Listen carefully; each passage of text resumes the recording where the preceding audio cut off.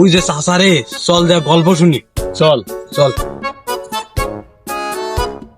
আসসালামু আলাইকুম চাচা। ওয়ালাইকুম আসসালাম। কেমন আছো ভাইস্তারা? আলহামদুলিল্লাহ চাচা, আপনাদের দোয়ায় আল্লাহ তাআলা অনেক ভালো রাখছে। আপনি কেমন আছেন? আলহামদুলিল্লাহ, আমিও ভালো আছি। কই যাও তোমরা? আসলাম এদিকে একটু বেড়াইতে, গল্প করতে আসলাম। গল্প করবা? তা বসো, আমিও গল্প করি তোমাদের সাথে। বসো। তাহলে বসি। হ্যাঁ, বসে। এ বসো রে। কি অবস্থা তোমার? দিনকাল কেমন যাচ্ছে? চলতেছে মোটামুটি। আচ্ছা চাচা, এই জায়গায় কিসের দাগ দেখা দিতেছে আপনার? আচ্ছা, এই দাগের তো অনেক হিস্টোরি। এই হিস্টোরি বলতে গেলে তো প্রেস্টিজের ব্যাপার। আচ্ছা মামু বলেন, সমস্যা নেই, শুনি একটু। তা ঠিক আছে, তোমরা কিছু মনে করো না আবার। হ্যাঁ, না না, কিছু মনে আচ্ছা। করেন। তোমরা তো জানোই আমি ডাক্তারি লাইনে পড়াশোনা করছি না। হ্যাঁ হ্যাঁ। একদিন আমার বন্ধুর সাথে দেখা করার জন্য ঢাকা মেডিকেল কলেজে গেলাম। ওই জায়গায় গিয়ে দেখি একটা কিডনি অপারেশন করা লাগবে এমন রুগী, খুব ইমার্জেন্সি। ওখানকার বড় ডাক্তার হলো আমার বন্ধু। বন্ধুর সাথে কয়েকবার মেডিকেলে গেছিলাম। তো আমার বন্দুক দিয়ে ওই অপারেশনটা করানোর কথা ছিল। হ্যাঁ আমার বন্ধু সেদিন কোনো এক কারণে আসতে পারে নাই, আমি কারণটা জানি না। হ্যাঁ। তারপর সিরিয়াস তো মেডিকেল কর্তৃপক্ষ আমারে তাড়াহুড়া করে পোশাক পাতি পরা আমারে অপারেশন থিয়েটারে ঢুকাই দিল। তারপর পরে আমি তো আসলে গরুর ডাক্তার, আমি কিভাবে করি মানুষের কিডনির অপারেশন। হ্যাঁ। তারপরও যেহেতু নাই, আমারে ঢুকাইছে, প্রেস্টিজের ব্যাপার না।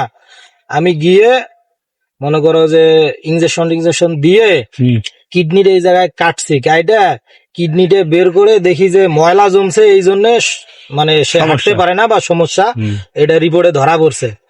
পরে বের করে আমি ওটা পরিষ্কার করে টেবিলে রাখছি মাত্র, রাইখা ওই জায়গাটা পরিষ্কার করে দেখি যে কিডনি নাই, চুরি হয়ে গেছে।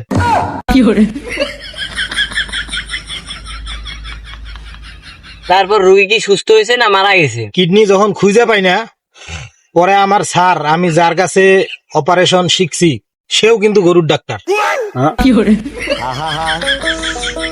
আমি পারি না আর পারি না। ও আচ্ছা আচ্ছা। সে আমার গুরু। হ্যাঁ হ্যাঁ। কিডনি পাওয়া যাচ্ছে না, আমি টেনশনে আছি। এইদিকে অপারেশন থিয়েটারের বাইরে পেশেন্টের লোকজন দিয়ে ভরা, হ্যাঁ। বিশাল বাজেটের একটা অপারেশন, আত্মীয় স্বজন অনেকে আসছে দেখার জন্য। আমি তো টেনশনে আমার মাথা নষ্ট। পরে আমার ওস্তাদের কাছে ফোন দিলাম, সেও গরুর ডাক্তার। আপনার স্যারের নাম কি? আমার স্যারের নাম হইলো মোহাম্মদ জালাল উদ্দিন, গরুর ডাক্তার। তার বাড়ি কুড়িগ্রাম জেলা ভ্রুঙ্গামারি থানা কামাদাঙ্গড়িয়া গ্রামে।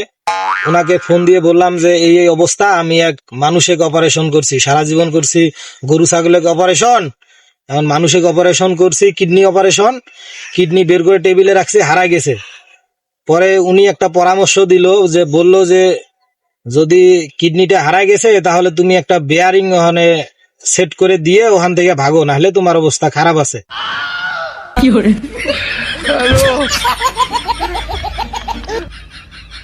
পরে আমি বেয়ারিং এখন কই পাই? ওখানে বেডের নিচে যে বেয়ারিং থাকে না, ওখান থেকে তাড়াহুড়া করে একটা বেয়ারিং খুলে লাগায়া কোনোভাবে সেলাই টেলাই দিয়ে ওখান থেকে কেটে পড়লাম। আচ্ছা চাচা, তারপর? তারপর অপারেশন কমপ্লিট করে তো আমি জানটা নিয়ে বের হয়ে আসছি। আবার মাস দেড়েক পর গেছিলাম, ওই ঢাকা মেডিকেলেই গেছি। গিয়ে দেখি হঠাৎ করে একজন লোক আইসা আমার সামনে উপস্থিত। তারপর তারপর এক মাস পরে আবার ওই মেডিকেলের সামনে কোন এক কারণে আমি গেছিলাম।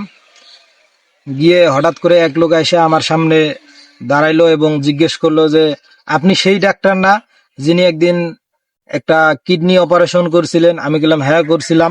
তারপরে কি বললো? তারপর আমাকে জড়াই ধরলো, ধরে এমন একটা ব্যবহার করলো, আমার দিলটা ঠান্ডা হয়ে গেল। পরে বললাম যে ভাই আপনার এখন কি অবস্থা?